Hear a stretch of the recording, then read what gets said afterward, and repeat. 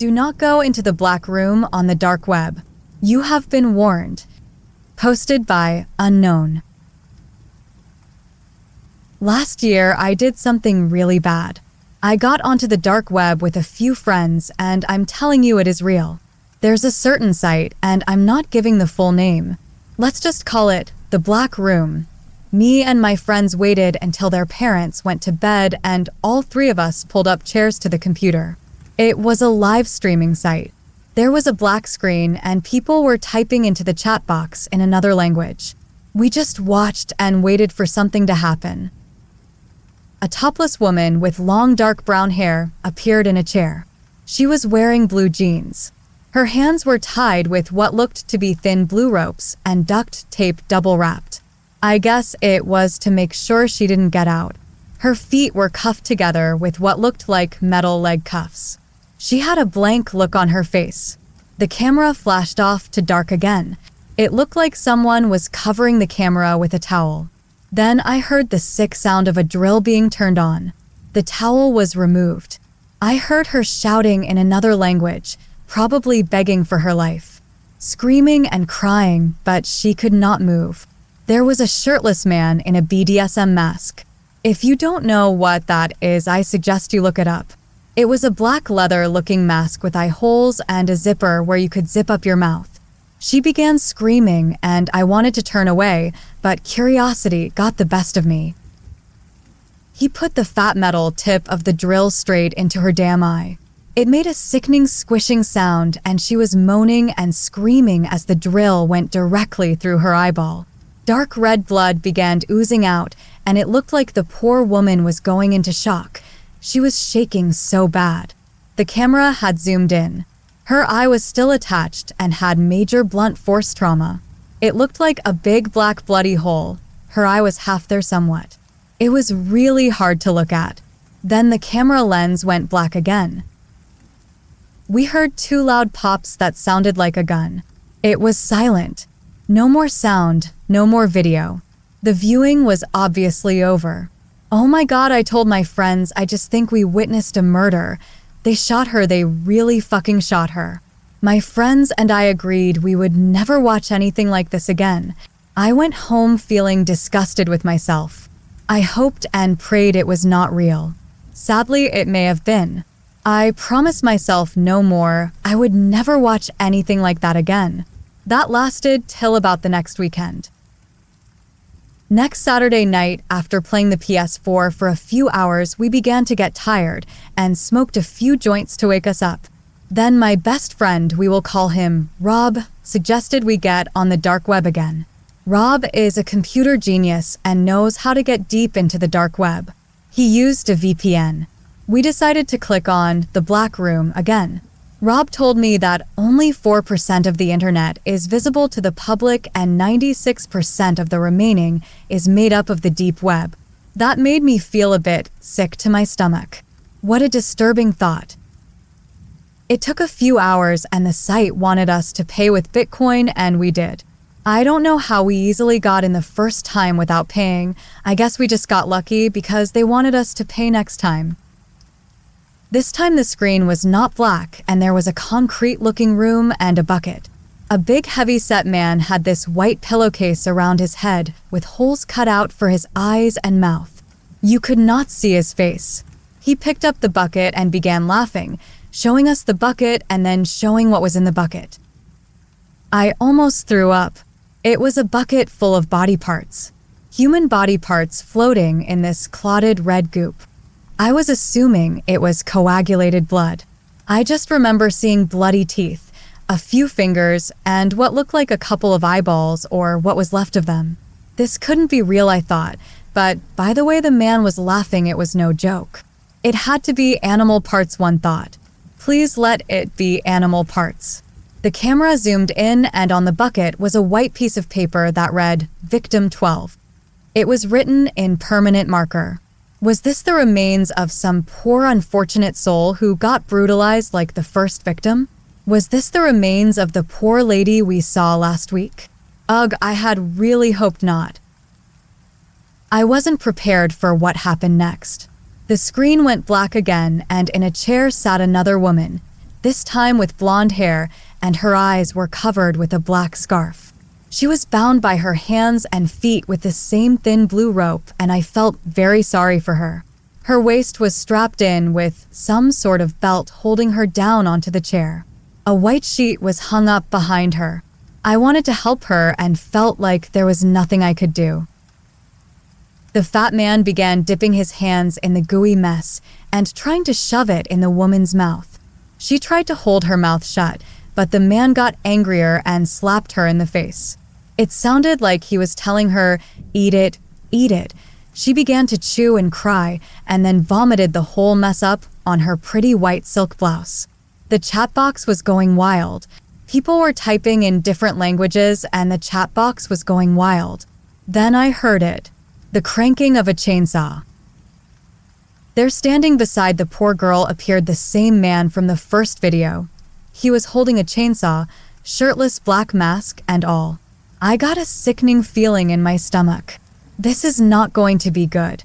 I had seen what chainsaws do to people. Chainsaw accidents are horrible.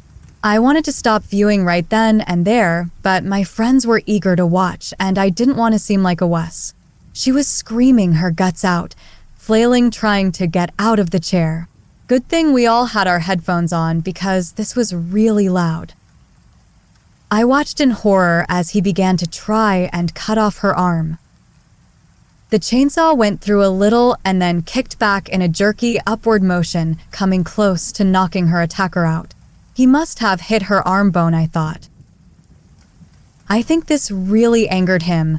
I could hear him screaming in another language, so I assume he might have got nicked by the chainsaw. Suddenly, he shoved the blade directly into her stomach area. He pushed in and began to cut vertically upwards, her faint screams muffled by the chainsaw. Droplets of blood began spraying into the air onto the sheet. Little pieces of meat and tissue flew all over the room. She began convulsing. Her eyes rolled to the back of her head and she was gone. Just like that. The man slowly pulled the chainsaw out, and as he did, I could see what looked like her intestines hanging out. The screen went black. I ran to the bathroom to throw up. I think I threw up for 15 minutes. I almost passed out. My friends laughed at me, and I knew behind the laughter it disturbed them too. All I know now is there are some really sick people out there in different parts of the world that will do anything on the web for money. These people have no heart or soul. They are inhumane and sick in the head. So stay off the dark web. There are just some things you can never forget that will disturb your mind forever. You will not be able to undo what you have seen. Remember that.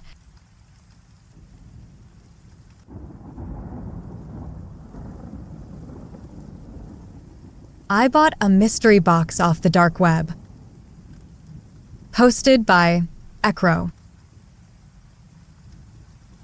I don't know what I was really thinking.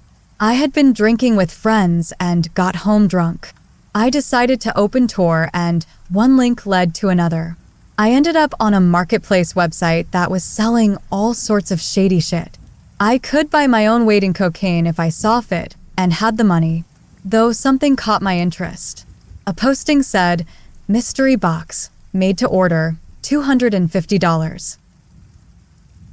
I read the description, which listed what it could contain. A brand new iPad, that was it. That was the thing that made me send $250 worth of Bitcoin to some random guy in some random place on the internet. I had vague memories of sloppily messaging the seller that I really wanted the iPad. Oh God, I remember sending them an extra $50 to sweeten the deal. What a dickhead. When I woke up, my head hurt. I had a full-blown migraine. It wasn't until I'd had breakfast, showered, and opened up my laptop that I remembered. My heart sank. I didn't have money to waste on shit like that, but I did. I clicked the button to message the seller to tell them I changed my mind, but nothing happened. I refreshed the page, and as you can guess, the listing wasn't found. Now, I didn't think of myself as an idiot. I wouldn't fall for 411 scams, I know no Nigerian prince wants to send me money, but drunk me, he's a bit of an asshole. I checked my Bitcoin account to see it tell me that I was out of untraceable money. I swear I had at least $750 worth in there. If you take the exchange rate of the day, with the way it fluctuates, it may have been only worth $300. I was depressed for the rest of the day. I promised myself I wouldn't do anything like that again. But then drunk me is a real, you know. Weeks passed and I completely forgot about it. To be honest, I didn't want to remember how stupid I was. Today, though, I did remember. I walked downstairs to see a large brown box on the kitchen table, addressed to me. My dad must have received it from the mailman when he was getting ready for work. I stared at it, shocked to see it had actually arrived. I picked it up. The weight was lopsided, but it was heavy. That was a good sign. At least it wasn't filled with packing chips. I pulled off the tape and opened it up to reveal a lot of packing chips. I chuckled to myself before plunging my hand in. I pulled out an anonymous red sweater. I held it to my face. It smelled of perfume. It was used. I was slightly disgusted, but what did I expect from the dark web? I placed it on the table next to me. The next item was a set of keys. I examined them and wondered why on earth that was part of this parcel. It was literally like the guy just shoved some random things into a box and sent it off. I was beginning to feel ripped off. I placed my hand in again and pulled out a small bag with a note attached. I knew what it was before I read it. I was excited. A little thing to make the time pass more calmly, written in Sharpie. It was a good amount of weed. I'd never bought drugs off the internet. I opened the bag to see if it was the real deal, and that strong skunky smell rose up. I took a deep breath and sighed. I'd say it was $70 worth give or take. I pushed it into my back pocket, worried that my mom could be up at any minute and catch me with it. I was intrigued to see what was remaining. Maybe I'd make my money back yet. The next item was a small wooden box. I opened it to see a few pieces of silver jewelry. I checked each one, having no idea if it was worth anything. There were 2 necklaces and 2 rings. I wondered if these were stolen or bought from a pawn shop. I placed it next to the red top. The next was another baggie with another note written in Sharpie. "You'll need these, trust me." I was a little anxious when I read the note and saw a small box of Xanax inside. What the fuck did I need anxiety medication for? I was not one to dabble in prescription drugs. Weed and a little mushrooms was all I needed.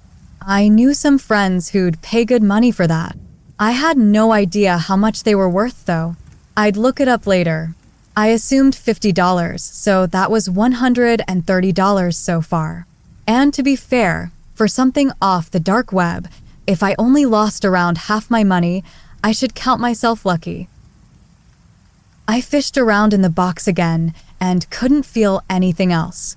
I picked it up to feel it was still heavy. I placed it down again and stood up. I reached all the way to the bottom and felt something large and slender. I pulled it out. It was a fucking iPad. Holy shit. Jackpot. It was slightly scratched, but it wasn't a first generation. It was light and thin. It was at least an Air. I was stoked. It was then my mother popped her head around the corner. "Hey honey, did you get a package?" "Yeah," I said, suddenly aware I could smell the weed in my back pocket. "Hey, you found my sweater," she said delightedly. "Where was it?" Was all I mustered. She picked it up and unconsciously the keys too. She walked away. I sighed, worried she'd smelled the drugs. "What's that?" she said, turning. "I'm holding it for a friend," I said without thinking. "What?" she said, not paying attention. "What's my jewelry box doing down here?" I stared at my mom, slack-jawed. She picked it up and opened it, studying if anything was missing. "Well, answer me," she demanded. "It was in the package," I said honestly. "Don't bullshit me. Were you going to sell this?" "I promise. Just wait until your dad gets home." "I swear this is not your stuff. It was in my package I bought off the net." "You expect me to believe you bought my exact top and my jewelry box off the internet? Why in God's blazes would you do that? It was a mystery box. It could have contained anything. You come up with some shit sometimes. I think it's best if you go to your room." "I'm 17, I said. "When you're under our roof, it's our rule." I picked up the iPad and went upstairs. I laid on my bed and turned the device on. I was surprised to see it still had power. A few non-standard apps appeared on the desktop as I swiped to unlock. Nothing of interest, though. I checked the email program to see that it was blank. I was worried it was stolen and knew I couldn't keep it if there was any personal data on there. I checked the Photos app. There were around a dozen photos. I tapped the first. It was a low-light shot of a street. Could have been any. I swiped and the next was at the front of a house. The light was on in the front room, but in the low light, it overexposed the shot and made it hard to see any detail. The next was on the side of a house. The horizontal whitewood siding looked similar to ours. The next was of what appeared to be a rear door. Then one of the kitchens. I did a double take. The place looked identical to ours. Then one of the living rooms. The TV was bright and hiding the faces of the people who sat on the couch and chair. Then one of the stairs. The brown waxed wood of the floor was uncanny and my heart thumped in my chest. Then one of the landing. This was no coincidence, it was our house. The family portrait that hung on the far side wall, even in the low light, was obviously ours. I panicked and didn't want to swipe again, though I did. My parents' bedroom. My mother is asleep on the bed, the bed covers pulled taut. The next view, the covers being pulled back gently. My mother pulled her legs up from the sudden cool air. The cupboard opened, a black-gloved hand reaching out and searching. The hand holding a red sweater. A dark photo with lines of light obscuring the view. Another dark photo, this time the exposure was better, and I see it's from inside the cupboard. My dad was in the room. My dad gets into bed next to my mother. Then one of the beds, my parents sleeping. I swiped again and saw the covers pulled back. Whoever it was doing this wanted to be caught. I was sure of it. After that, in the hallway again, the black-gloved hand holding the jewelry box outstretched. Only one photo remained, and it was above a bed with someone sleeping below. It was me. My blood ran ice cold. I threw the iPad to the floor, hearing it crack against the side of my desk. "No, no, no," I said to myself. I leaped up and saw the screen stare back at me with a rainbow mosaic of broken LCD and glass. What was I going to tell my parents? They'd never believe me. I pulled the bag of pills out of my back pocket and read the note again. "You'll need these, trust me." I turned it over to read a date. July 21st, 2018. It must have been when the package was sent. I read it again and realized that it's tomorrow, Saturday. Fuck. What does it mean? I have to warn my parents. Please, if you don't hear from me, call the authorities. I fear the worst.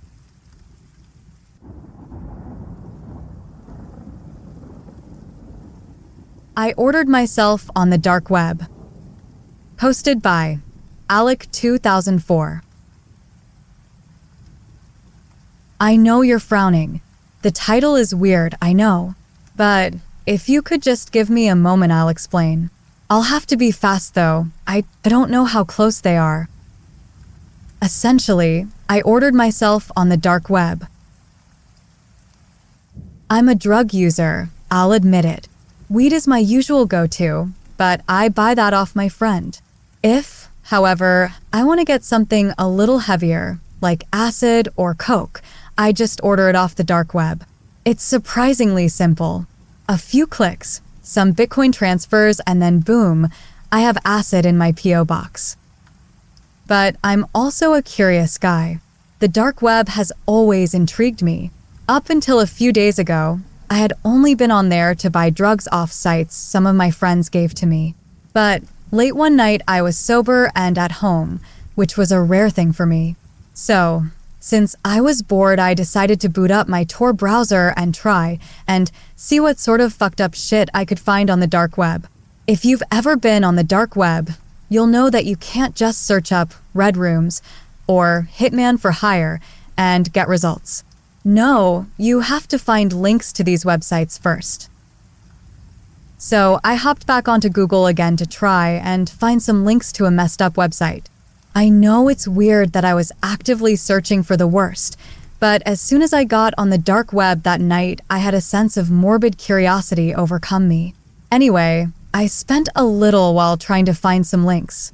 Anything that I found, though, was either too tame for me, or the links didn't work. At this point, I was about ready to give up, and I wish I had. But in one final attempt, I clicked on Reddit.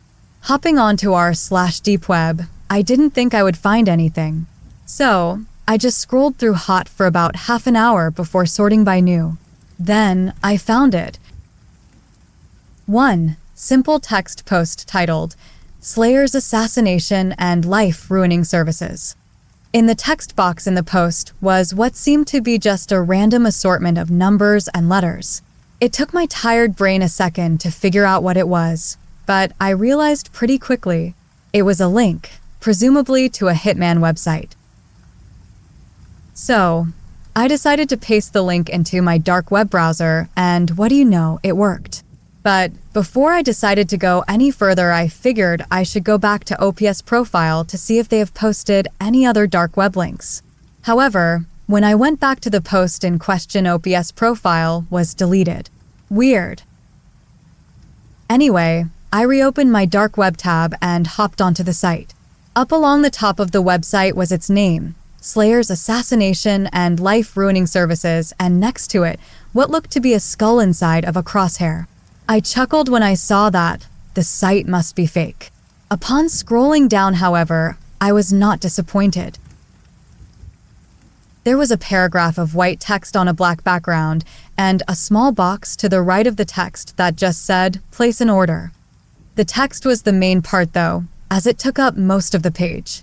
It read, "Slayer's Assassinations and Life-Ruining Services offers everything from acid attack, crippling, blinding, castration, torture, rape, beatings, and good old death. We have the lowest prices out of any other company running similar services, and we are worldwide. We have a dedicated and experienced group of staff based all over the world, so if you need someone to be assassinated, or maybe you just want them scarred for life, don't hesitate to contact us." Again, I laughed. This had to be satire, right? Hell, I was even tempted to order it on someone just to see what would happen. Ironically, I actually have a half-decent job, so I can afford to. Better not to risk it, though, I thought to myself. I was about to close my computer and call it for a night when I heard a knock at the door. I live alone, so it was unusual to get visitors, especially so late at night. But when I opened my door, it was just my good buddy Mark, who also happened to be my weed plug. As I opened the door, he didn't hesitate to let himself in and shove a big baggie full of pot in my face. This dude, if the best shit I've had in a minute, we gotta try some. I couldn't say no. Cut to a couple hours later, it's early morning and Mark and I are chilling on my couch, both blazed as fuck. He suddenly decides to get up, and I assume he's going to get some leftover pizza, but he walks over to my desk and computer. "Slayer's Assassinations, are you gonna kill someone or something?" he mutters. "What?" I reply. "Your computer, dude. It's got some hacker shit on it. It's the dark web, man. Don't fuck with it." At this point, I'm still on my couch, half asleep and not paying full attention. However, I sat up pretty fast when he said the words, "Hey man, let's order a Hitman on you." I hopped up and walked over to my PC. Part of my brain was screaming no. What the fuck are you doing? But the majority of my brain, which was also the high part, was thinking about how funny it would be to order a hitman on myself. So I agree. I did make him get out of my chair though, because I didn't want him seeing what my credit card numbers were as I transferred some Bitcoin. At the end, after I wrote down all my personal details, like my address, age, and even a photo, I had to select what I wanted to happen to me. I just selected plain old assassination, as it was actually cheaper than some of the other things. I could have paid an extra couple of grand to be beaten before my death, but even my high brain didn't want to splash the cash too much on my own death. God, this is ridiculous. Anyway, I placed the order and then replied to a confirmation email, and boom, it was done. A couple of clicks and I had ordered myself on the dark web. Mark and I laughed about it for a while, but then he left about an hour later and I fell asleep not too long after. I woke up around 9 a.m., which meant I got at least 6 hours of sleep, even if it felt like I got 3. I got up and out of bed, threw on some track pants and a cotton shirt. Yes, I slept naked and brewed myself a coffee before sitting down to play some games and just enjoy my Sunday. You can imagine how shocked I was when I saw that I had ordered my death the previous night. Even though I thought the site was bullshit, I still felt a pit open up in my stomach. Even when I'm high, I usually can make sensible decisions. I chuckled. Not like I could remember it anyway, but I guess Mark's new shit really was good. I would assume a normal human being would do something else, but I was still kind of out of it from the night before, so I just carried on with my day. I was a little more paranoid, sure, but as I said, I just assumed it was bullshit. I even laughed at the email I got from the website, saying that their hitman had been dispatched and was on its way. It was like ordering a package from Amazon. I was tempted to email back and ask for some-day delivery, but I didn't need to ask, because that's exactly what I got. I didn't see it arrive, but around the time I started to cook myself a shitty dinner, I noticed a blacked-out sedan parked on the other side of the road from my house. I didn't live in a rural area, but there are a lot of trees and bushes between each of the houses on my street, so I would be surprised if any other house saw the car except for mine. At this point, I was freaking out. What if the site was real? Even though I'm a big guy, I was freaking out. I don't own any weapons, aside from a slightly larger than average kitchen knife. Fuck it, I'm confronting it, I decided. I put on a hoodie and slid the knife into the front pocket before waltzing out of my house and walking right up to the driver's side window of the vehicle. Even I was astonished at my own courage. Knocking on the window, nothing happened. It was rather anticlimactic. I was fully prepared to have to fight for my life, all because I did something really dumb while I was baked. But, like I said, nothing happened. I even put my head right up to the window, as if there was a reflection, to try and get a better look to see what's inside. I could barely see what was inside of the car, but all I could make out were 2 empty seats. No one was even inside. I had got all hyped up for nothing. I decided to wait out by the car for a bit, but after half an hour or so I was hungry and I had to go back inside to take my dinner out of the oven. I swear, it was only a minute between me going inside to take my dinner out of the oven and looking back out of the window and the car being gone. I didn't even hear it go. Guess I'm eating my dinner with all my curtains closed and doors locked. I muttered to myself. I had just started to calm down when the power shut off. It was sunny outside, and coupled with the car, I now knew that this was the real deal. I had signed my own death warrant. I ran into my upstairs bedroom and locked the door, and then hid under the bed. I couldn't understand all the cops. What would I say? Oh yes, hello sir. Turns out while super high, I paid $5K for some anonymous hitman to kill me, and now he's arrived. Send an officer ASAP, please, and thank you. So, I just stayed hiding under my bed, and I still am now. I've been here for an hour now writing this. Think of this as my epitaph. I know I'm screwed. Just a minute ago, I heard my back door slowly creaking open. This piece of writing may seem humorous to you, the reader, but in reality, as you read this, I'm under my bed praying to a God that lost all faith in me years ago to spare me, to let me go. But I know that won't happen. My bedroom door just opened and I can see a big pair of black boots.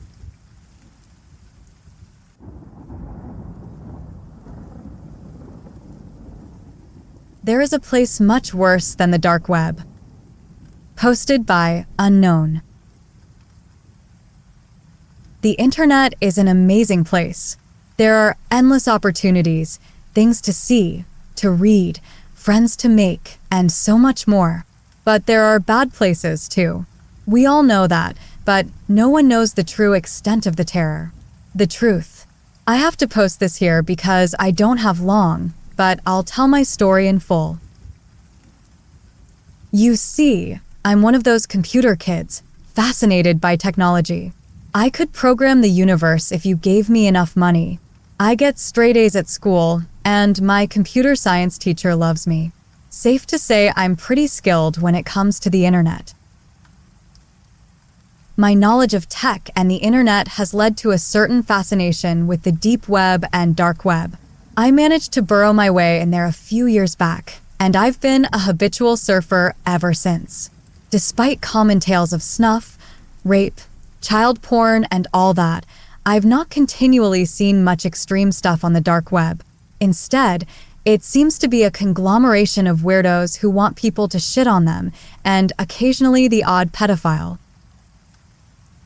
But overall, the dark web is a small part of the net with a bunch of empty websites and links floating about in cyberspace. That is, unless you know where to look. I have, out of morbid curiosity, visited places that I perhaps shouldn't have. Once, I was in chat room, bored out of my mind, and asked a bunch of other nameless, faceless dark web surfers if they knew any of the really fucked up places. The responses were disturbing. Links to websites with things I had never heard of, child porn for sale, nuclear warheads, up to $100 million, live snuff films, hitmen for hire, etc. One of the users even linked to something called Daisy's Destruction, the title of which was enough to put me off. You see, for desensitized folk, and I too thought myself desensitized, this may not sound like it's overly terrible, but to actually see those things, I can imagine it destroying people. And if you don't have the technological capability of protecting yourself and your information from the bad people, as they often term themselves, you can end up in serious trouble. Not to mention, the feds constantly try to catch people snooping about.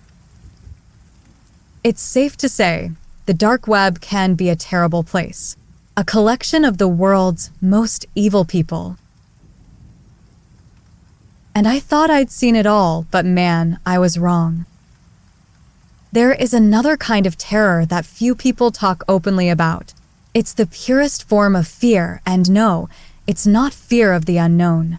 It's the one thing all organisms continually try to avoid. It's the fear of it that drives evolution itself. The end. The end of life. The end of everything. It's the fear that we're obsessed with. Apocalypse theories, the big freeze, alien invasions, nuclear war hypotheses, so much more.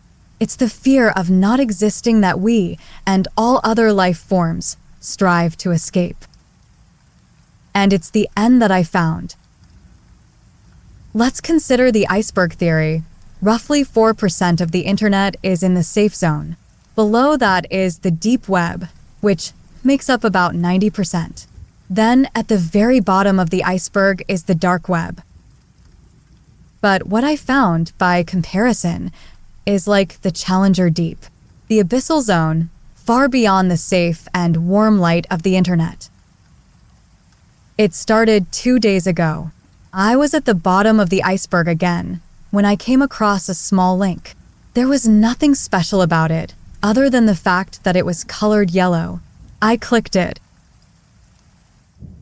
Suddenly, my computer screen lit up with some kind of 3D simulation, a 360 degrees view, and it looked like the Matrix digital rain. Computer code in a language even I had never seen was pouring, and as it pooled at the bottom of the simulation, it formed a sentence. Access denied. You do not have permission to access this region. Well, I wasn't having that. I grinned wickedly. Game on. I searched around the simulation for anything at all, but the digital rain had seeped away. Suddenly, though, at one end of the simulation, a gap opened.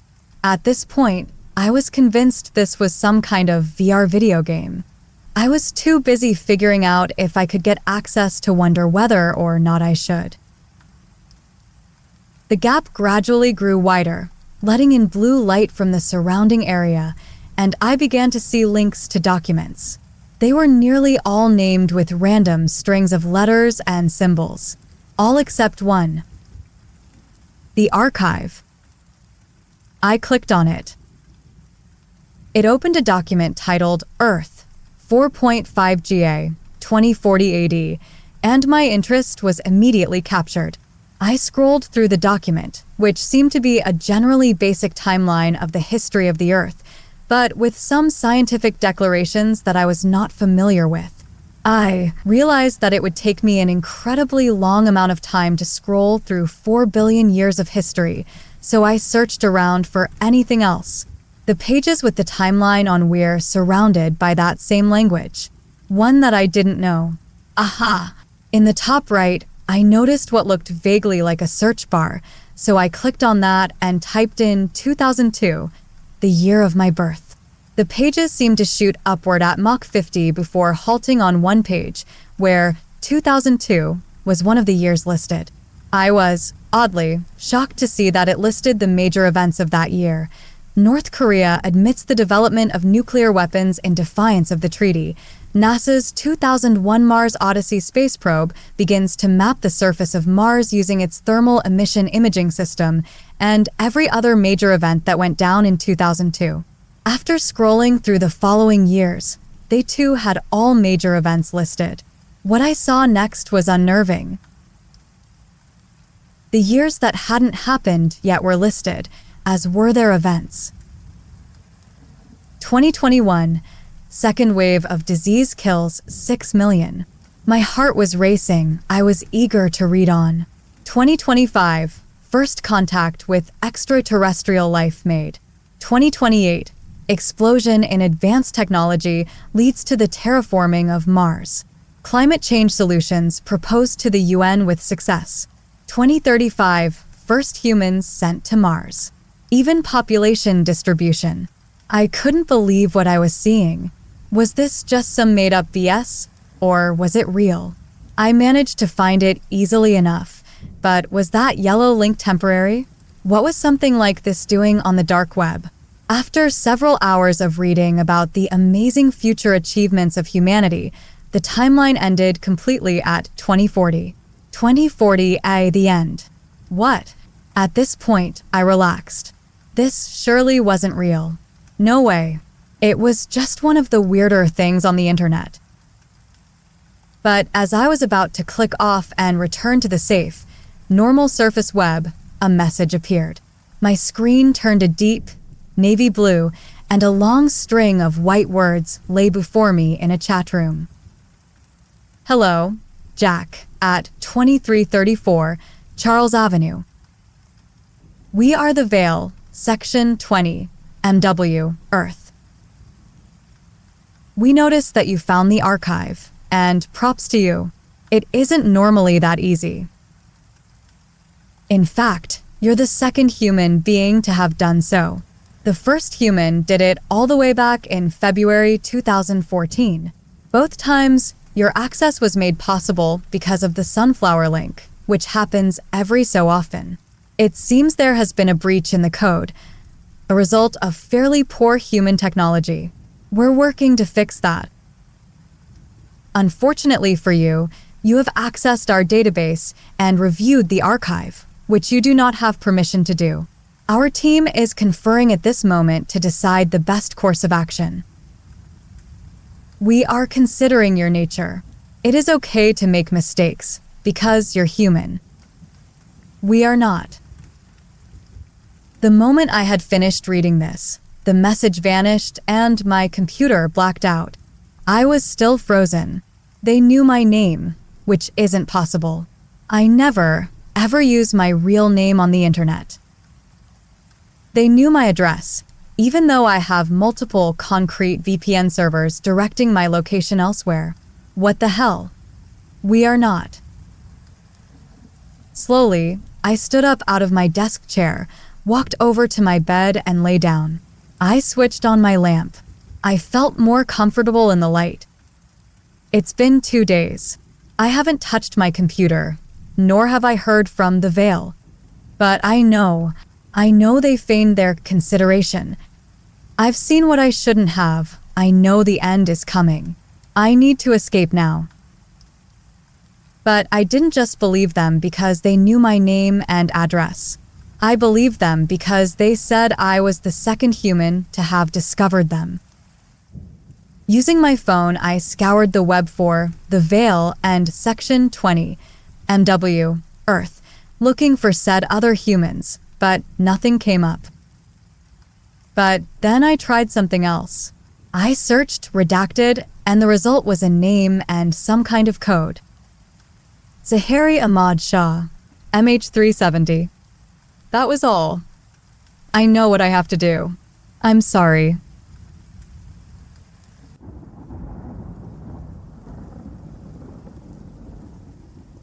Why I'll never go back to the dark web.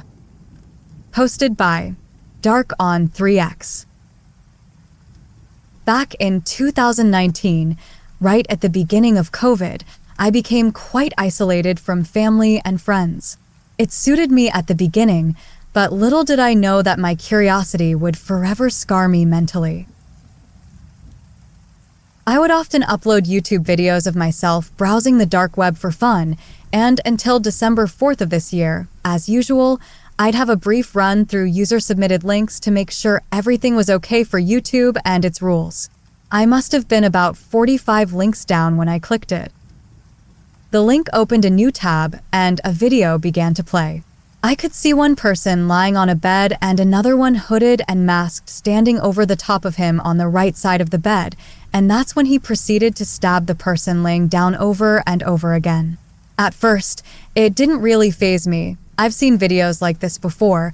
I thought until the person finished stabbing the body got up and then began to cut through the meat around the arms and legs, the bed now covered in blood, and the hooded masked man showing each body part to the camera.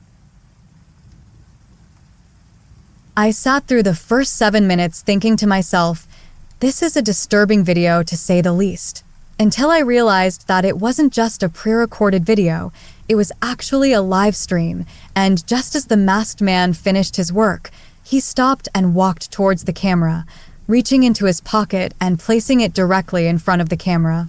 You're next. The panic set in, and I jumped back from my laptop. That's when I realized my camera was on. The screen went black, and my name, address, and telephone number in big white letters flashed on the screen. I quickly pressed the power button, but it did nothing. I slammed my laptop shut, turned it over, and ripped the battery out. In my panic, I actually destroyed the laptop, which was stupid, but I wanted that to be the end of it. A few weeks had gone by, and even though I was paranoid beyond belief, I thought it was probably just someone messing around. I was headed out to the shop just down the road when I bumped into someone. I felt a sharp prick on my hand as we collided, thinking nothing of it. I continued towards the shop until my legs began to buckle from under me. I knew what had happened. I'd been spiked when we bumped into each other. Everything around me started to go black.